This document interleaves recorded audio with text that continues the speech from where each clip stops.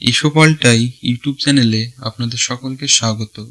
আজকের আলোচনা, সুন্দর জীবন উপভোগ করতে হলে কি কি ত্যাগ করতে হবে। সুন্দর জীবন উপভোগ করার জন্য কি বন্ধ করতে হবে তার নির্দিষ্ট উত্তর দেওয়া খুবই কঠিন, কারণ ভালো থাকার বিষয়টি ব্যক্তি বিশেষ পরিবর্তন হতে পারে। যাই হোক, কিছু সাধারণ নীতি এবং কাজ রয়েছে যা প্রায়শই ইতিবাচক বলে মনে করা হয় এবং একটি পরিপূর্ণ জীবনে অবদান রাখে। অন্যদিকে কিছু আচরণ এবং মনোভাব সাধারণত নিরুৎসাহিত করা হয়। এখানে আমরা আলোচনা করব যে সকল বিষয়ে উৎসাহিত হলে আমরা সুন্দর জীবন অতিবাহিত করতে পারবো। ভিডিওটি একটু লম্বা হতে পারে, সম্পূর্ণ ভিডিওটি একটু মনোযোগ সহকারে দেখবেন। এখনো যারা আমাদের এই চ্যানেলটি সাবস্ক্রাইব করেননি তারা সাবস্ক্রাইব করে রাখবেন। এইরকম ভিডিও আসা মাত্রই আপনার কাছে পৌঁছে যাবে। আমরা প্রথমেই যে বিষয়টি নিয়ে আলোচনা করব সেটি হলো সহানুভূতির অভাব। অন্যের অনুভূতি এবং প্রিয়জনের প্রতি উদাসীন হওয়া ব্যক্তিগত এবং অন্তব্যক্তিক বৃদ্ধিকে বাধাগ্রস্ত করতে পারে। সহানুভূতিকে প্রায়ই ইতিবাচক সম্পর্ক এবং ব্যক্তিগত বিকাশের জন্য অপরিহার্য গুণ হিসাবে দেখা হয়। ঘনিষ্ঠ মানসিকতা, বিভিন্ন দৃষ্টিভঙ্গি বিবেচনা করতে অস্বীকার করা, শিখতে অনিচ্ছুক হওয়া বা পরিবর্তনের প্রতিরোধী হওয়া ব্যক্তিগত বৃদ্ধিকে সীমিত করতে পারে। খোলা মন এবং বিভিন্ন অভিজ্ঞতা এবং দৃষ্টিভঙ্গি থেকে শেখার ইচ্ছা সাধারণত মূল্যবান, তাই আমরা সবসময় একপেশে চিন্তা ভাবনা থেকে বিরত থাকব। এর পরের বিষয় অসততা। অসৎ হওয়া বা প্রতারণামূলক আচরণে জড়িত হওয়া জীবন ও জীবিকা উভয় সম্পর্কের প্রতি আস্থা নষ্ট করতে পারে। সততা সাধারণত গুরুত্বপূর্ণ গুণ হিসেবে বিবেচিত হয়। স্বার্থপরতা, অত্যাধিক আত্মকেন্দ্রিকতা এবং অন্যদের অবহেলা বিচ্ছিন্নতা আমাদের উত্তেজনাপূর্ণ সম্পর্কের দিকে নিয়ে যেতে পারে।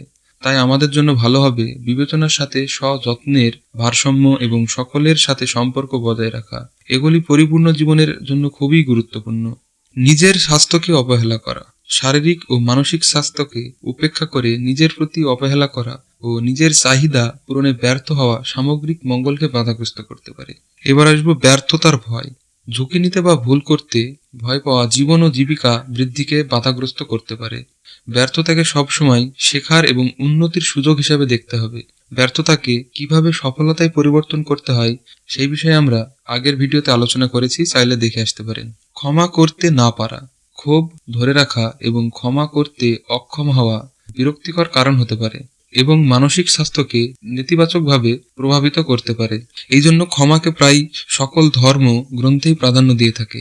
তাই আপনার যাই হয়ে যাক না কেন, আপনি যদি একবার মন থেকে আপনার সকল ক্ষোভ এবং ক্রোধকে ছুঁড়ে ফেলতে পারেন, তাহলে আপনি সুন্দর জীবন উপভোগ করতে পারবেন। আর তার সাথে আপনার ব্যক্তিগত চেতনার বৃদ্ধি ঘটবে, আর এটিকে গুরুত্বপূর্ণ দিক হিসাবে দেখা হয়ে থাকে। ক্ষমা করা শিখলেন মানে আপনি ভালো থাকার অর্ধেক কাজ করে ফেলেছেন। এবার আলোচনা করব বিচ্ছেদ। ভালো যোগাযোগ এবং সম্পর্ক এড়িয়ে চললে ব্যক্তিগত সুখকে সীমিত করতে পারে। ইতিবাচক সামাজিক যোগাযোগ গড়ে তোলা এবং বজায় রাখা সাধারণত সুস্থতার জন্য গুরুত্বপূর্ণ বলে মনে করা হয়। তাই আমাদের আত্মীয় স্বজন ও কাছের মানুষগুলোর সাথে সম্পর্ক ও ব্যবহার এবং যোগাযোগ ঠিক রাখতে হবে।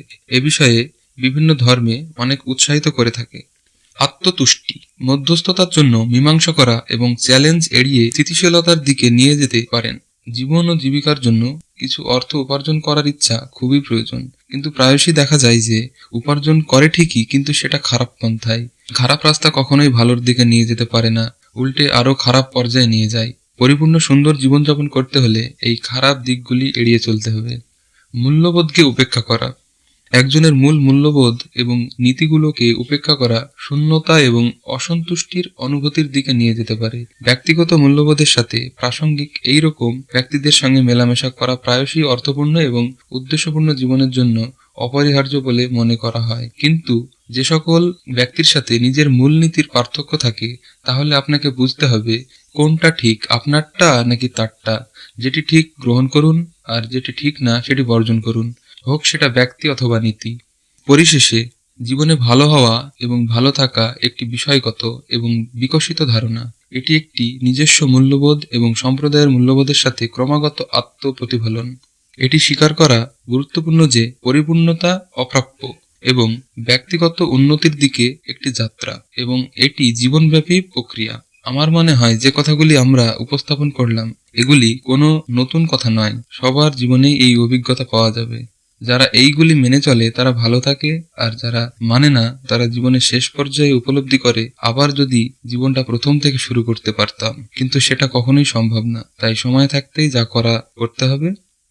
আমাদের ভিডিওটি যদি ভালো লাগে তাহলে লাইক দিয়ে উৎসাহিত করবেন, কমেন্টে আপনার মতামত জানাবেন। এইরকম ভিডিও পেতে চাইলে সাবস্ক্রাইব করে আমাদের পাশেই থাকবেন।